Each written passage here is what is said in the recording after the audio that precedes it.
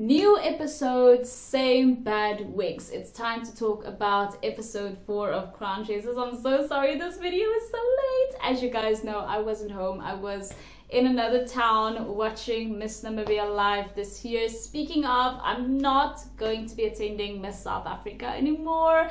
For those of you who care, just because something personal came up in my life, good thing, but something that will prevent me from going abroad in the next 2 or 3 months at least. I have to stay here for this. It's very, very, very important. So for this episode of Crown Chasers, it was all about Forever New, which is one of the sponsors of Miss South Africa. I do think it's such a good idea for them to honor their sponsors throughout Crown Chasers so that we are not inundated with all sorts of sponsor-ish things at the finals for Miss South Africa. And the very first mini challenge that they have, which usually gives the winner an advantage when it comes to the main challenge, the mini challenge was all about dressing up a mannequin. So the top 14 were split into different groups made up of 2 people, and these 2 individuals had to work together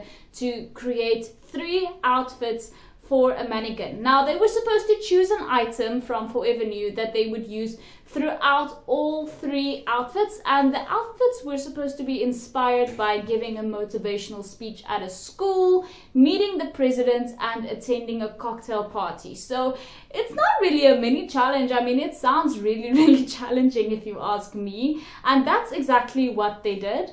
At the end of the day, it was Nompumelelo and Kebalepile who won this challenge, and so they would be getting the advantage in the main challenge, which we would find out what that was later on. Honestly, I do feel like this challenge is sort of on brand, because as Miss South Africa, yes, you're getting a lot of stuff for free, but you wouldn't have to know how to style yourself as Miss South Africa. You're not gonna have someone guiding you when it comes to that the entire time. So I do feel like it's a good way to gauge whether or not someone will be able to style themselves adequately as Miss South Africa. Now, for the photo shoot of this episode, I was really excited to be getting away from that boring soundstage where they have been keeping us for 3 episodes so far. You guys know that last year the Miss South Africa organization actually took a trip to Mauritius with the girls. That was one of my favorite episodes of Crown Chasers ever. It was so refreshing.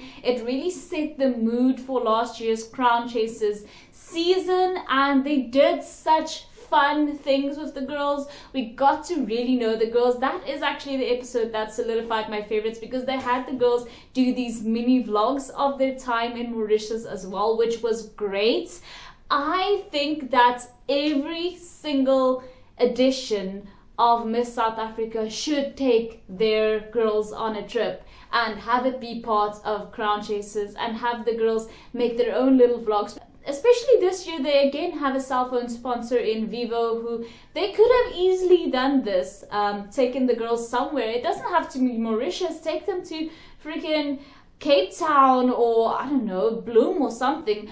Just somewhere else, just a change of scenery. It would be so nice. They could even take the girls to any of the SADC countries. It would be so good to see the girls taking a little trip again, like they did to Mauritius last year. Mauritius X Crown Chasers was my favorite episode of Crown Chasers ever, and I do feel like they should take the girls out more, because what they've been doing on the soundstage at Miss South Africa, it's been okay. It just feels a little bit bland. It feels stuffy after a few episodes. It would be nice to get like a little palette cleanser episode in the middle of it all, like they did with Mauritius last year. But anyway, no such luck this episode either. It was just for the photo shoot that they went out to this beautiful outdoor location where the girls were supposed to be wearing Forever New outfits and being an actual model as opposed to a pageant queen. So for me, I always say the difference between modeling and pageantry is that with modeling you are selling a product, and with pageantry you are the product. So the idea with this shoot today was for the women to be models selling the dress. It's about the garment, it's about the dress, it's not about them at all. And it's a pretty difficult line to walk for certain people who don't understand this concept. But the photographer did his best. Gareth Barkley is of course such a pro, and he also made known his top 3 and bottom 3 for this shoot, which I thought was pretty interesting. And the photos obviously all came out and were released by Miss South Africa, and they came out amazing. So this is just a little way to test whether or not the crowned Miss South Africa in the future will be able to work nicely with her sponsors and be able to be a model, and as opposed to a role model, which she is supposed to be 100% of the time. So for the main challenge of this episode, the girls were supposed to be putting together capsule wardrobes with Forever New, which, you know, a capsule wardrobe is supposed to include different outfits and things like that. And then the girls were meant to be in pairs of 2 again. And what Nompumelelo and Kebalepile got for winning their first challenge, the advantage that they got was being able to choose their teammates first. And what ended up happening is they actually chose each other once again, because they were teammates during the first mini challenge, and they said, hey, listen, if it's not broke, don't fix it. We worked well together the first time, might as well team up a second time as well, which was a beautiful, beautiful thing. And so the girls had to start off by making these little mood boards, and they also showed us a little bit about Natasha's journey making a capsule wardrobe of her own with Forever New. She went all the way to Australia for this, and I thought that that was a pretty interesting segment to include as well. I love that they're showing us more about Natasha's personality throughout Crown Chasers as well, and this is why I actually think that they should stick to having the crowned Miss South Africa be the host for Crown Chasers for, you know, into infinity, for as long as we have Crown Chasers, because I feel like this is a really good way to build up hype for our crowned Miss South Africa's farewell walk. You know, it's I just know after all of these episodes of Crown Chasers, getting to know Natasha this way as well, it's going to be really, really interesting watching her final walk from the comfort of my own home, because I'm not going anymore, which is so sad, but still. So they had the girls making these little mood boards in order to figure out what they were going to include in their capsule wardrobes, which I thought were great, which was step 1, coming up with the wardrobe itself. But then step 2 was actually presenting it to Forever New, and I thought that this was such a good segment because they had the girls talking about what was in their wardrobes, and they actually showed us the concepts that the women came up with. And I must say, for some of these I was so gagged and impressed. So for Onalenna and Chidimma, they had sort of this florally sort of wardrobe put together. I did detect a lot of nerves as they were speaking. Kirsten and Mia, however, were so charming. Their capsule wardrobe also seemed very well put together. I really enjoyed Kirsten and Mia. Taahira and Lethaukuthula really had a lot of vacation vibes in their capsule wardrobe. Nompumelelo and Kebalepile were actually the ones who blew me away. Their capsule wardrobe had such good South African vibes with all of the patterns. If I'm being completely honest with you, this was actually one of my favorites just because of the vibes of it all. It's so quintessentially South African. I feel like a lot of things you can get anywhere in the world. But these patterns, you already know what this is when you look at it. To me, it was just brilliant. For Palesa and Layla is obviously a modesty-focused designer in real life. And so I'm glad that she also got a challenge that suited her so well. So Nobuhle and Ontshiametse came out, and I wasn't too impressed with what they had going on, but they did later on state that all of their outfits are based on different continents, and the selling point, they all have pockets, which we know as women is something that we strive for. Lebohang and Nolene basically came out, and they just showed how one pattern of fabric can be used for many different occasions. I did love how this challenge encouraged a lot of personal bonds and friendships to grow between these women who were paired up together. I felt like that is really one of the highlights of this challenge for me, is watching these women bond. At the end of the day, it was Kirsten and Mia who ended up winning the challenge, which I wasn't too surprised about because they were very much charismatic during their presentation. However, I did notice that there are much fewer behind the scenes confessionals during this season of Crown Chasers, which is something that I missed from last season. I feel like last season was actually the perfect season of Crown Chasers, if I'm being honest with you. This season, it feels like there are much less behind the scenes confessionals. I don't know if that's because it takes up a lot of time to film and there are scheduling issues, but I do feel like last year the behind the scenes confessionals